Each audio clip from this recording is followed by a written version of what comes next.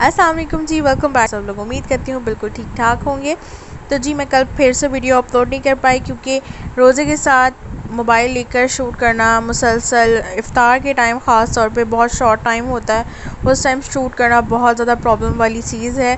तो मैं हमेशा भूल जाती हूँ और सहरी करते हुए भी मुझे इतनी नींद आ रही होती है कि मैं मोबाइल पकड़ के जो है ना वो सहरी की अपनी प्लेट तक नहीं दिखा सकती।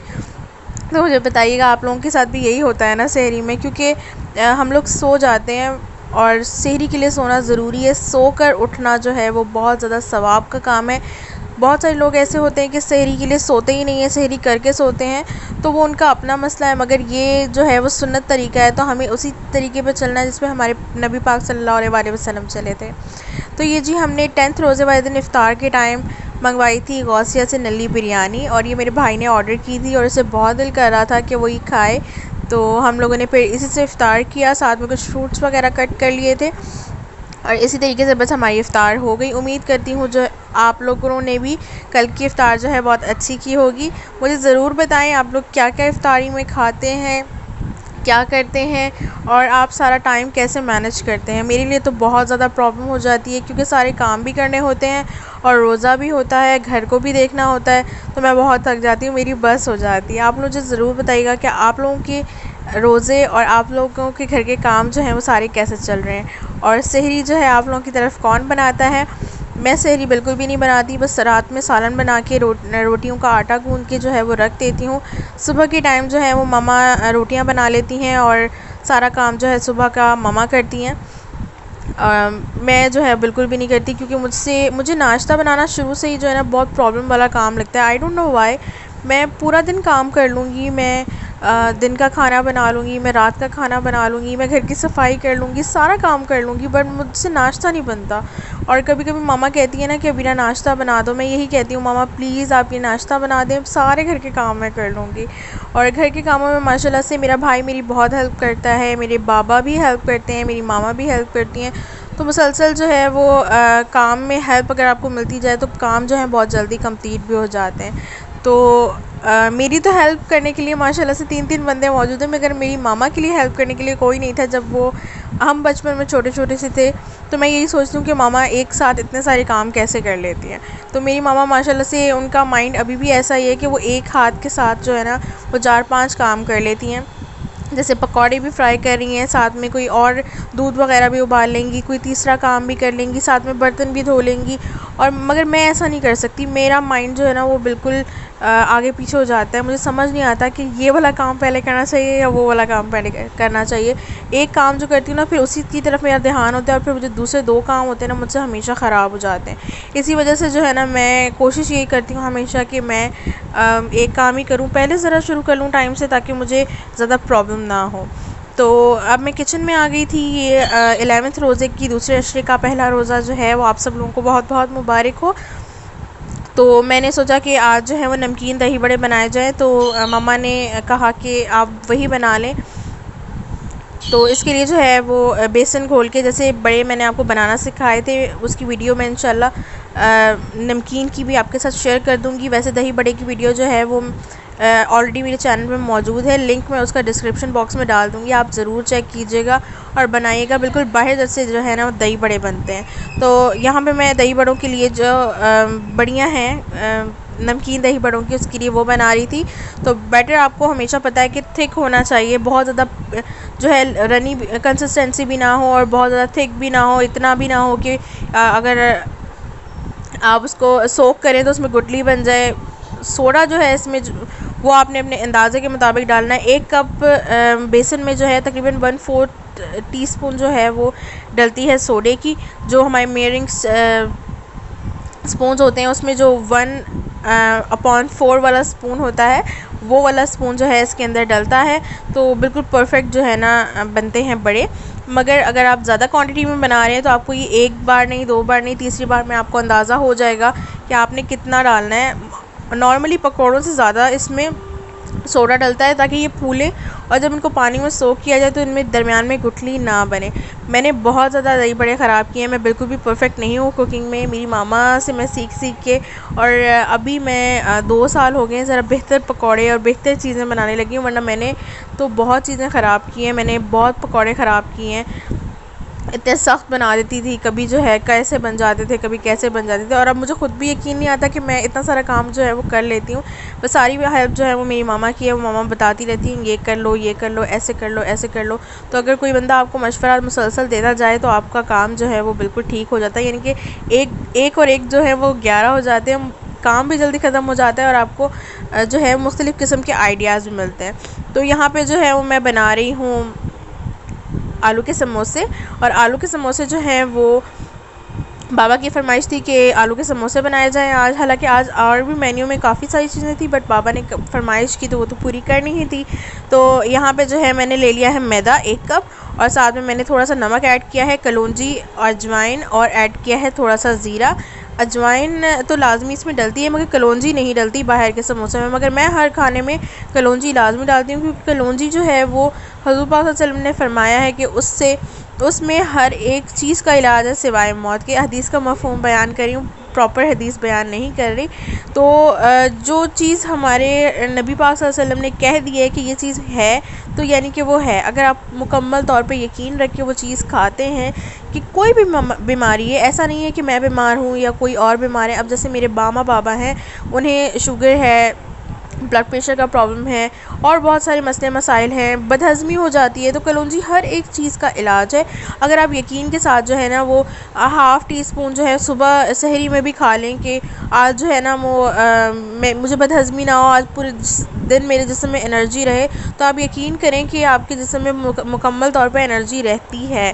क्योंकि मैं अक्सर इस तरह की चीज़ें ट्राई करती रहती हूँ और मेरा पूरा दिन जो है वो बहुत बिज़ी गुजरता है। सुबह जब सहरी ख़त्म हो जाती है 5 साढ़े 5 बजे हम लोग सोते हैं, तो 5 साढ़े 5 बजे सोने के बाद मैं 9 बजे उठ जाती हूँ, और 9 बजे से थोड़ी देर तक घर के कोई काम वाम देख लेती हूँ, और फिर 10 बजे मेरी क्लासेस स्टार्ट हो जाती हैं, और 10 से 12 तक मैं वहाँ पे बिज़ी होती हूँ। उसके बाद फिर ज़ोहर की अज़ान का वक्त हो जाता है, तो मुसलसल मैं जो है ना सुबह से लेकर शाम तक काम ही काम कर रही होती हूँ। तो इसलिए जो है वो मुझे तो इन चीज़ों की बहुत ज़रूरत होती है। तो यहाँ जी मेरा आटा जो है समोसों वाला वो बिल्कुल गूंद चुका है, और यहाँ पे जो है मैंने बड़े भी बना लिए थे, फ्राई कर लिए थे, और उनको पानी में सोक कर दिया है। पानी आपने हमेशा जो है वो ज़्यादा यूज़ करना है, खुले बर्तन में आप डालें। जो आटा गूंदने वाला तसला होता है ना, उसमें डालें तो सबसे ज़्यादा बेहतर है कि एक तो इक्वली पूरे बड़े जो हैं वो एक तरह से भीग जाते हैं। भीगने के बाद वो उसको बहुत ज़्यादा स्पेस मिल जाती है ताकि वो फूल सके, उनमें गुठलियाँ नहीं बनती। अगर आप बहुत ज़्यादा कम पानी में उसको सोक करेंगे तो ज़ाहिर सी बात है उसमें मुकम्मल तौर पे अंदर तक पानी नहीं जाएगा और वो उसमें गुठलियाँ बन जाएंगी। तो इस आटे को जो है इस तरीके से गूंदना है जैसे कि मैंने पिज़्ज़ा डो आपको गूंदना सिखाई थी।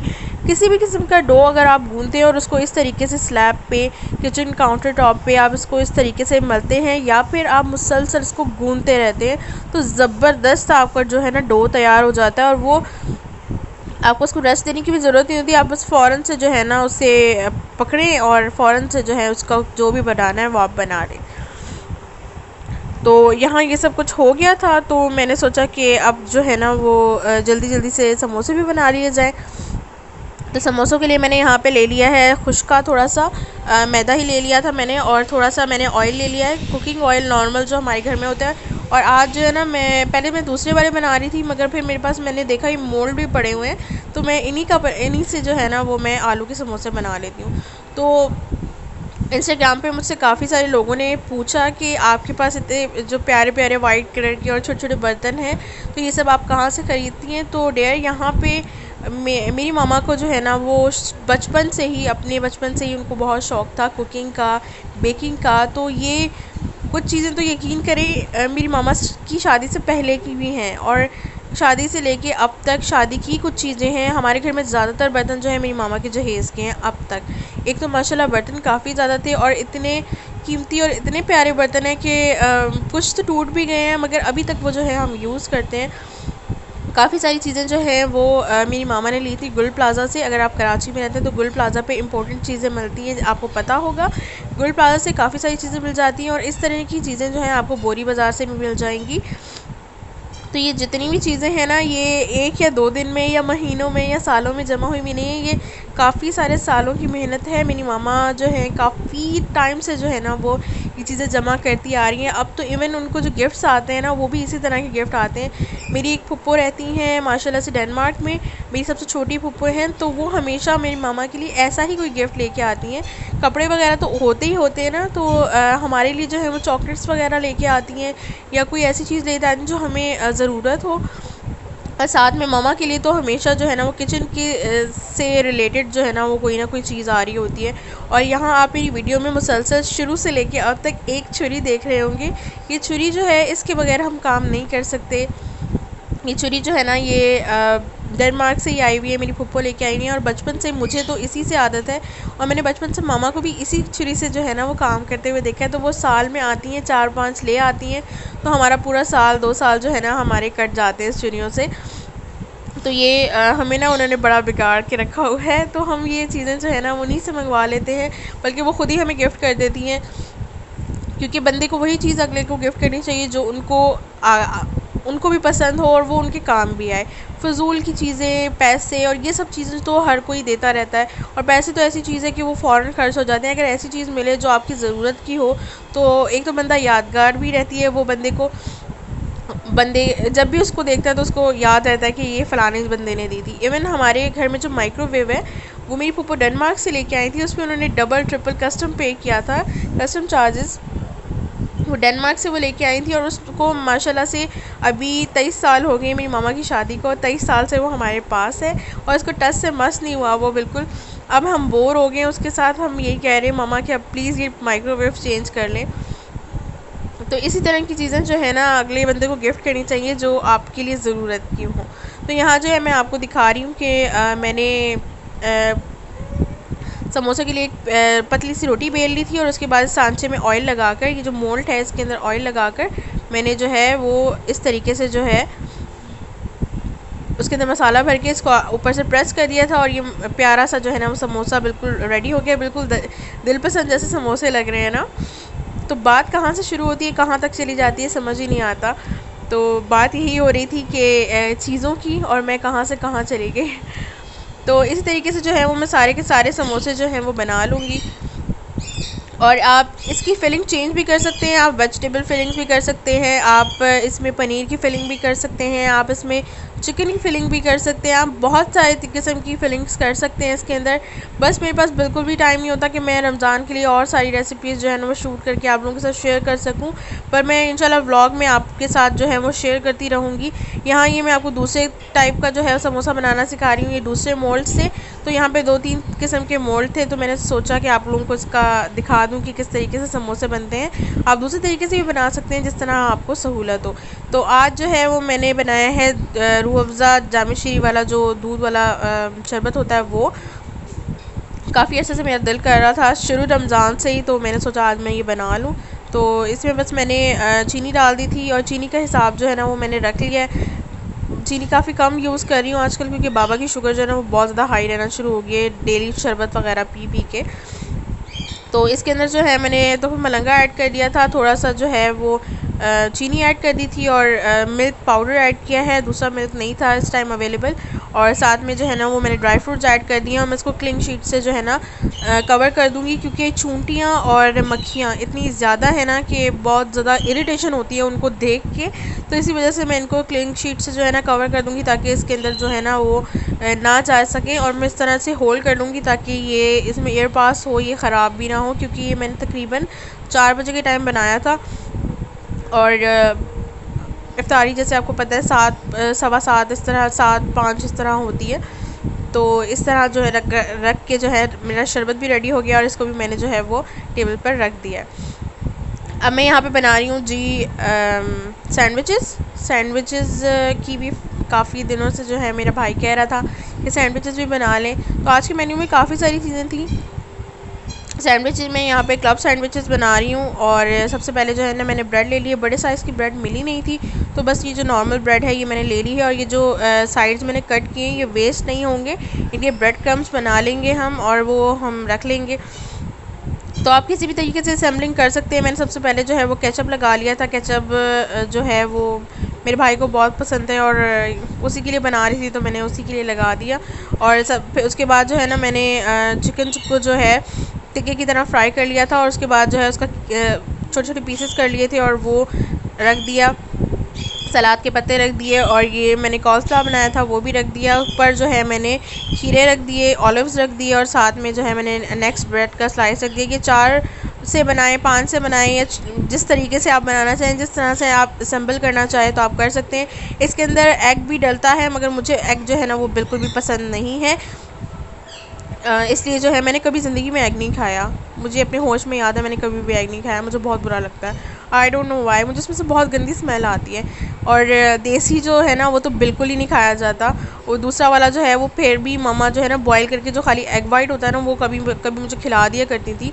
तो अब वो दूसरा वाला तो मैं बिल्कुल भी नहीं खाती फ्राई। तो आप मेस देख रहे हैं काउंटर टॉप पे कितना ज़्यादा हो रहा है। आप लोगों के भी घर में इसी तरह हो जाता होगा जिस टाइम आप इफ़्तार बनाते हैं। तो मैं इतनी जल्दी जल्दी काम कर रही थी कि मुझे बिल्कुल होश नहीं था। मैंने बस कैमरा ऑन किया, जल्दी जल्दी जो है ना वो मैं काम करना शुरू हो गई। तो यहाँ मैंने चिकन को मैरिनेट कर लिया था। तो मैं बना रही थी जी शाशलिक। तो उसकी जो है, जैसे मैंने आपको बताया कि मैं बहुत बिज़ी थी तो रिकॉर्ड ही नहीं हो पाया। तो यहाँ मैं आपको जो है थोड़ा सा अपनी इफ्तारी दिखा रही हूँ। तो बस आज का ब्लॉग यहीं तक का था। उम्मीद करती हूँ आपको पसंद आया होगा। अगर पसंद आ गया है तो लाइक करके जाइए, कमेंट ज़रूर कीजिएगा और बताइएगा आप मेरी बातों से बोर तो नहीं होते। मिलते हैं नेक्स्ट वीडियो के साथ, तब तक मुझे दुआओं में याद रखिएगा। अल्लाह हाफिज़।